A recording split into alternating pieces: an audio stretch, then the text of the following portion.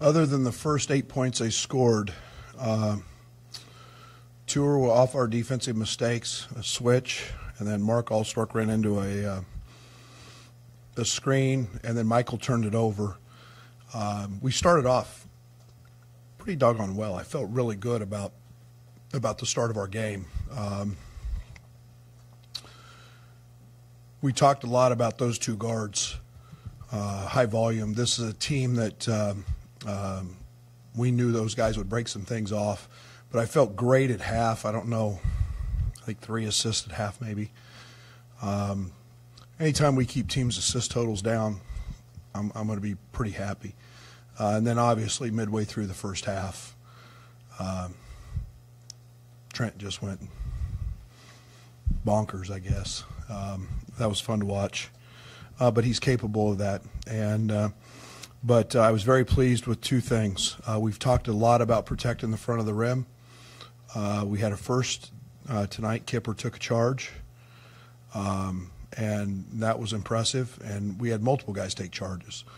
And then we've talked a lot about just simply guys have to jump up and make shots and play with enough confidence to make them. We shoot enough shots. I believe in this team. And, tonight's a night that I like the looks we've got. I like the offense. But we had 5 guys in double figures. We had 16 assists. And for the most part, I thought we played really unselfish. We still missed what I call too many first cutter layups, but that's a pretty good number. And then we had AJ with 9, so we were pretty close to having 6 guys in double figures, and that's exciting basketball for me. Questions? Jeremy first. Brad, 3 high-impact games in a row by Kipper Nichols. What does that change with your team, and how excited does 3 games in a row make you as the coach?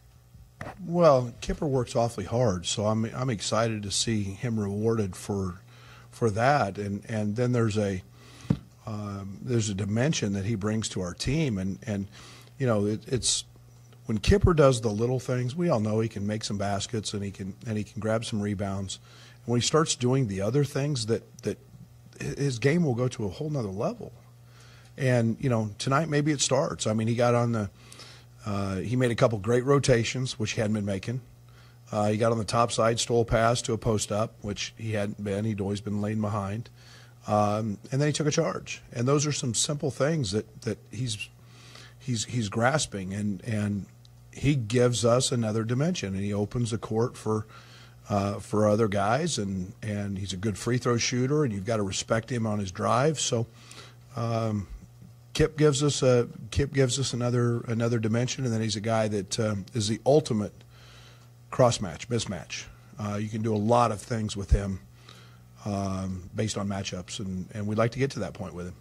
Coach, how does it feel to come out in the second half and finally have that killer instinct that you guys may have been lacking earlier? That's all we talked about. I'm not a guy that believes in 0-0 at half.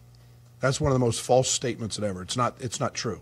It's hard to get kids to buy into that. So I never talk about, it's 0-0 at half and let's go out and play the second half like it's that.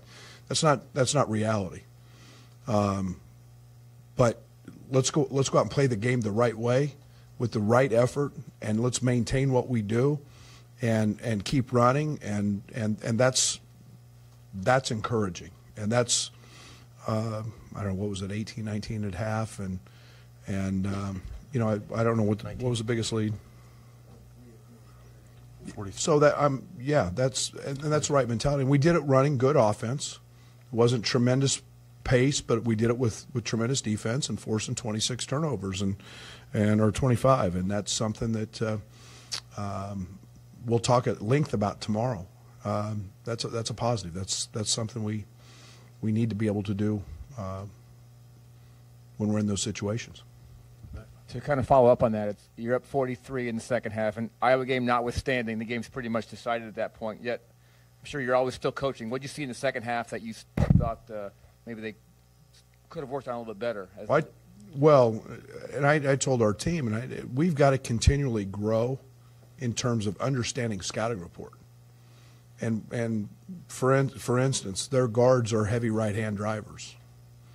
and just simple things when they're in the middle of the floor, we've got to take the right hand away. Little things like that we've got to be dialed into. We can't allow good players to do their best move or their best thing. Yet and then I think we committed some silly fouls. We did a much better job of not fouling. We've talked at length and to nauseam about it, to be quite honest. But I thought there were a couple fouls that we can't make. Let's get you back to the start of the second half. What do you feel is maybe the difference between talking about it a lot and then doing it tonight? Well, I hope the Indiana win had a little bit of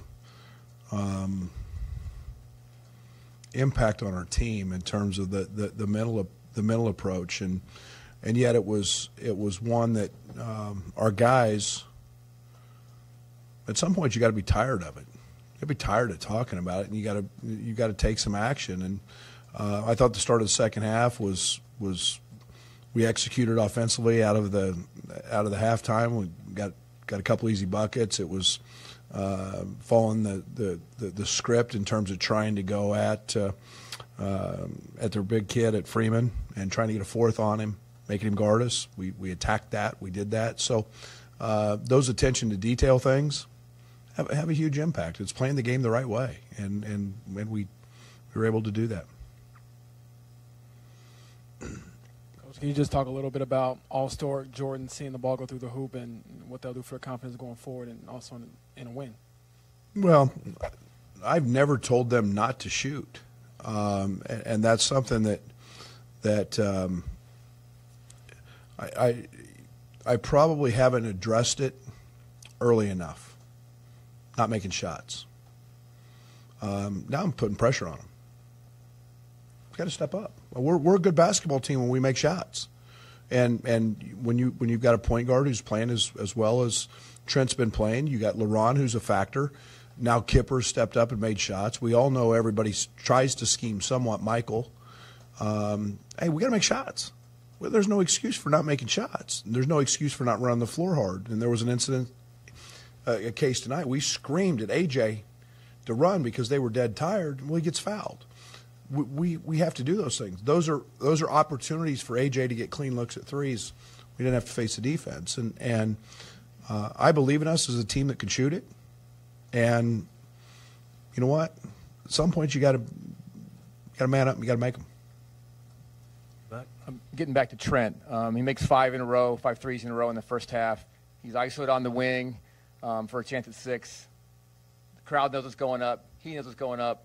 Are you a heat check guy? Are you okay with those shit? Oh, absolutely, yeah. Absolutely. The one thing you'll find out when guys get going with me, I'm riding that horse till it's, and I like to run the same play or a similar action till the other team stops it, and then I'm very, very much a heat check guy, and Trent's got that kind of ability.